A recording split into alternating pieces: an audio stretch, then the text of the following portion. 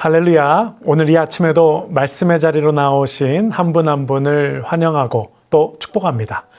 오늘은 신명기 10장의 말씀을 나누는데요. 신명기 10장의 말씀은 하나님께서 십계명을 두 번째로 모세에게 전해주시면서 전하신 그 말씀을 배경으로 하고 있습니다. 제가 읽어드리겠습니다. 이스라엘아, 내 하나님 여호와께서 내게 요구하는 것이 무엇이냐? 곧 내 하나님 여호와를 경외하여 그의 모든 도를 행하고 그를 사랑하며 마음을 다하고 뜻을 다하여 내 하나님 여호와를 섬기고 내가 오늘 내 행복을 위하여 내게 명하는 여호와의 명령과 규례를 지킬 것이 아니냐. 아멘. 이스라엘 백성들의 우상 숭배를 보고 분노를 참지 못한 모세가 하나님께 받은 첫 번째 십계명의 두 돌판을 깨뜨려 버린 후에 하나님은 모세에게 명령하시기를 두 돌판과 시띠 나무로 된 궤를 만들어서 호렙산으로 올라오라고 명령하십니다. 여기에 나오는 그 궤가 바로 언약궤죠. 모세가 첫 번째로 십계명을 받을 때와 두 번째 받을 때 다른 점이 하나가 있는데요.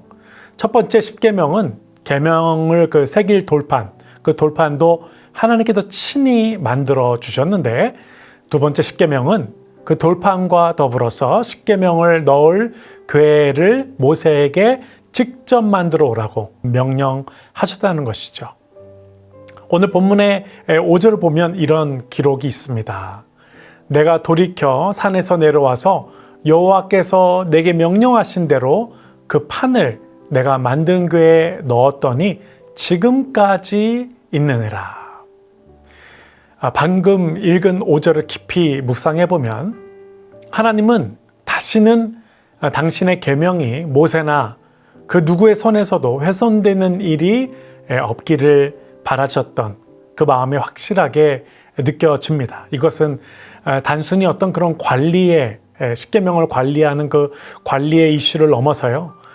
이스라엘 백성이 하나님의 말씀을 얼마나 소중히 여기느냐의 이슈였기 때문이죠.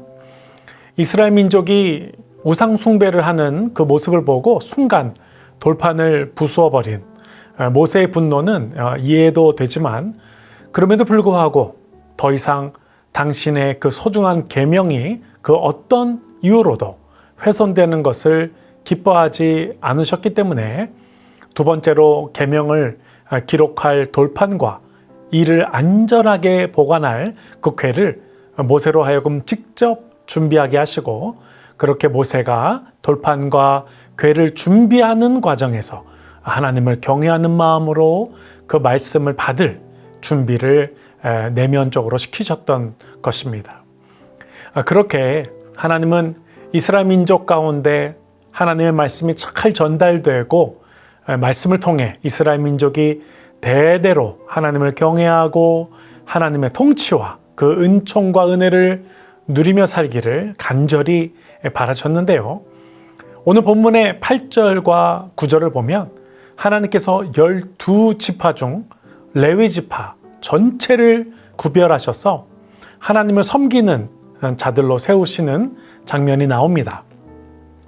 온 민족이 하나님을 잘 섬길 수 있도록 돕는 일, 그 돕는 일에만 집중할 수 있도록 몇 명, 몇십 명 이 정도가 아니고 지파 하나를 전체를 구별하셔서 하나님을 섬기는 일에만 세우셨다라는 것이죠. 이렇게 구별된 레위 지파에게는 땅을 기업으로 주시지 않았다라는 것 여러분 알고 계시죠? 그 이유는 하나님을 섬기는 자들이 이 땅의 기업으로 인해 주를 섬기는 일에 그 집중력을 잃지 않게 하시려는 그 뜻이 그 안에 내포되어 있던 것이죠. 여기에서 우리가 놓치지 말아야 할 것은 바로 하나님은 이만큼 당신의 백성이 하나님을 섬기는 일을 그 신앙의 핵심 가치로 생각하고 계신다는 것입니다.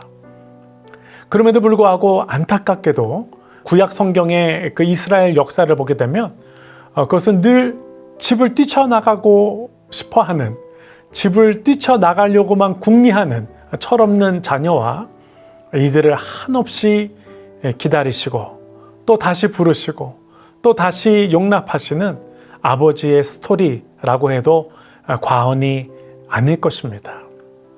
오늘 본문의 10절을 보면 이런 말씀이 있는데요.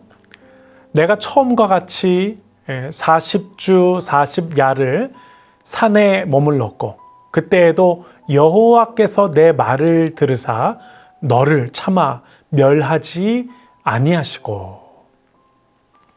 우상 숭배를 한 이스라엘을 간곡한 모세의 요청에 이어서 그들을 용서하시는 그 하나님에 대한 내용이 나오고 있는데요. 모든 언약이라는 것은 사실 쌍방 간의 관계에서 시작이 되죠.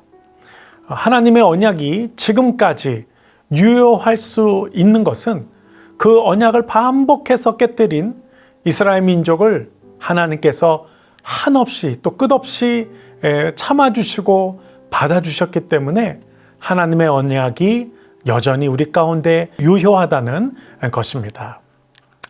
하나님의 언약이 신실한 언약이 될 수 있는 그 이유가 바로 우리를 늘 용납하시는 하나님의 그 사랑 때문이다 라는 것이죠. 오늘 본문의 12절과 13절에서 우리에게 외치시는 그 하나님 아버지의 간절한 외침을 오늘 우리가 들을 수 있기를 간절히 바랍니다. 제가 한번 12절과 13절 읽어 드리겠습니다. 이스라엘아, 네 하나님 여호와께서 네게 요구하는 것이 무엇이냐? 곧 내 하나님 여호와를 경외하여 그의 모든 도를 행하고 그를 사랑하며 마음을 다하고 뜻을 다하여 내 하나님 여호와를 섬기고 내가 오늘 내 행복을 위하여 내게 명하는 여호와의 명령과 규례를 지킬 것이 아니냐. 아멘. 오늘 주님 말씀하시는 것입니다. 아들아, 딸아, 이게 다 누구를 위한 것이냐? 이게 다 너희를 위한 것이 아니냐? 라고 간곡하게 외치시는 우리 하나님 아버지의 그 간절한 음성을 오늘 저희 모두가 가슴으로 듣는 그런 은혜의 날이 되기만을 간절히 사모합니다. 우리에게 주신 모든 하나님의 말씀, 그리고 우리에게 요청하시는 그 예배가 사실은 하나님을 위한 것이 아니라 궁극적으로 우리의 행복을 위한 것이었다라는 말씀이시죠. 16절에 말씀하시기를 그러므로 너희는 마음의 할례를 행하고 다시는 목을 곧게 하지 말라라고 말씀하시는데요. 하나님의 선택받은 백성이라는 것을 그 표시했던 이 할례를 마음에 하라는 것은 물고기가 물을 떠나서 살 수 있는지는 몰라도 인간은 하나님을 떠나서 살 수 없는 존재임을 반드시 기억하며 살라는 것인 줄 믿습니다. 오늘 본문의 19절로 20절에 너희는 나그네를 사랑하라. 전에 너희도 애굽 땅에서 나그네 되었음이니라. 내 하나님 여호와를 경외하여 그를 섬기며 그에게 의지하고 그의 이름으로 맹세하라. 이 땅에 나그네와 같은 이스라엘 민족을 택하셔서 하나님의 거룩하고 존귀한 백성 세워주신 그 은총을 너희가 나그네들을 볼 때마다 기억하고 그들을 섬겨주면서 기억하라고 말씀하시는 것이죠. 신명기 10장을 오늘 묵상하시는 이 날이 저와 여러분에게 나의 나된 것이 하나님의 은혜임을 기억하고 그렇게 고백하는 이 하루가 되시기를 사모합니다. 제가 아주 좋아하는 찬양 중에 이런 찬양이 있는데요. 그 가사가 이렇습니다. 주 내 마음에 모신 후에 날 주장하시네.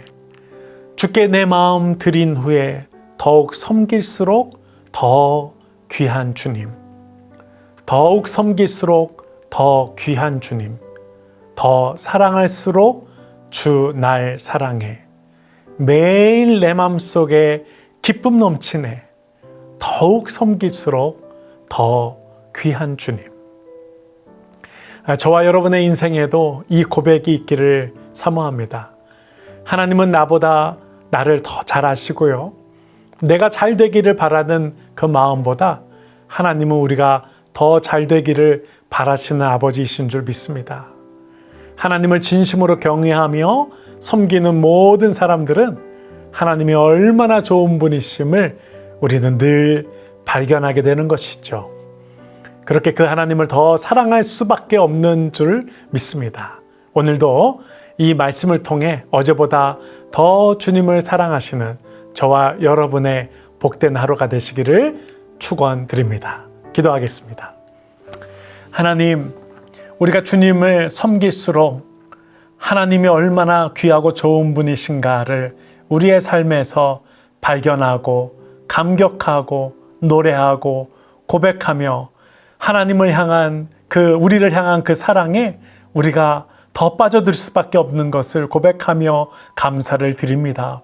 하나님, 오늘 신명기 10장을 묵상하면서 오늘도 바로 우리를 향하신 그 하나님의 사랑에 우리가 더 깊게 빠져드는 감격적인 하루가 되시고, 오늘도 이 모든 말씀이 결코 우리에게 부담이 아니고 감격이 되는 그런 하루가 되게 하여 오늘도 이 하루 온 성도들의 삶 가운데 하나님의 축복과 은총이 넘쳐나는 복된 하루 되게 하여 주옵소서.